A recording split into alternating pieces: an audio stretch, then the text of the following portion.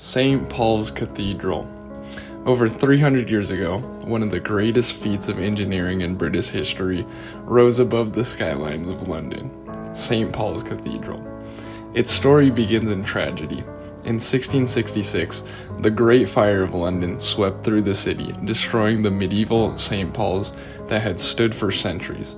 In its place, architect Sir Christopher Wren was tasked with designing something extraordinary.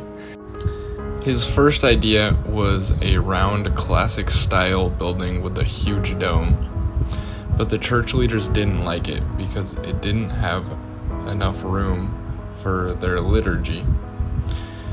He then drew up a more traditional Gothic-style plan with a long nave and a long east end. At any given time during construction, between 150 and 200 men worked on the site, though across its 35 years of building, thousands of hands shaped it. The entire project was funded by a government coal tax. Construction began in 1675 and would not finish until 1710. From 1675 to 1677, the work focused on demolition, excavation, the foundation, and the vast crypt. Work began with the total demolition of the remains of the old St. Paul's. Some of its surviving medieval stonework reached up to 60 meters tall. All of it had to be dismantled and cleared. The ground beneath was tricky. The foundation would sit on London clay, a soft, loose material that shifts under weight. To solve this, huge trenches were dug, wide and deep enough to reach stable ground. Into these trenches went thousands of tons of salvaged rubble from the old cathedral. Below the floor level, the crypt took shape, the largest in the world at the time. It would serve as both a burial place and a massive structural platform for the cathedral above. 1677 to 1684, choir and east end.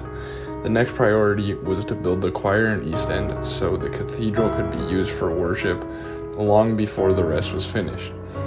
The builders followed a precise order. First the massive stone pillars, then the arches they supported, and then finally the vaulted ceilings. The stones were bound together with a lime mortar, a traditional mix of burnt chalk, water, and sand. All the stones came from Portland Island, over 135 miles away. It was shipped across the sea in heavy loads, thousands of tons of it, and hauled through London streets without trucks or railways. Throughout the process, the work was supported by pure timber scaffolding. They used oak and elm, more than 500 tons of it. They tied it together with rope and wooden pegs. The quantity of wood meant that entire forests were cut down. These towering frames remained in place until the stone had fully set. Heavy blocks, some weighing up to 5 tons, were lifted into position by giant treadmill cranes powered by 2 to 4 men walking inside the enormous wooden wheels. It allowed them to lift up to 5 tons. 1684 to 1694. Next came the massive pillars that would hold up the dome. In total, there were 8 central dome pillars carrying about 1,800 tons. The 4 dome piers were over 60 feet tall and 30 feet thick at the base. They were designed to hold the 850-ton masonry lantern that would sit on top. Huge wooden scaffolds were needed to set the massive arches in place. 1694 to 1700. The work then moved to the nave, the long central part of the church.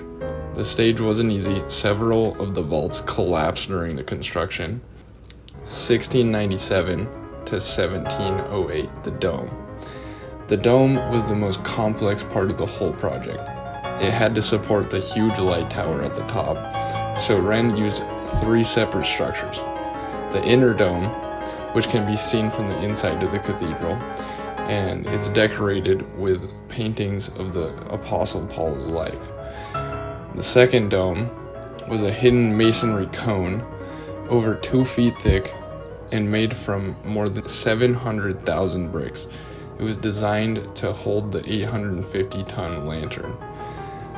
Then the outer dome, made from over 200 tons of lead. It was supported by a wooden frame, and it is visible from the outside. At the time, it was the second largest dome in the world. Building it was dangerous. The base of the dome is 170 feet above ground, and the lantern rises 365 feet. After 35 years of work, in 1710, the new St. Paul's Cathedral was finished. Most buildings aren't built the way St. Paul's Cathedral was. Normally, construction starts at the bottom and works steadily upward, but here, it began with the choir and worked outward. That choice says a lot about the purpose of the building. St. Paul's wasn't built to show off or to draw in tourists. It was built first and foremost as a place of worship. The section needed for services, the choir, was finished more than 10 years before the rest of the building.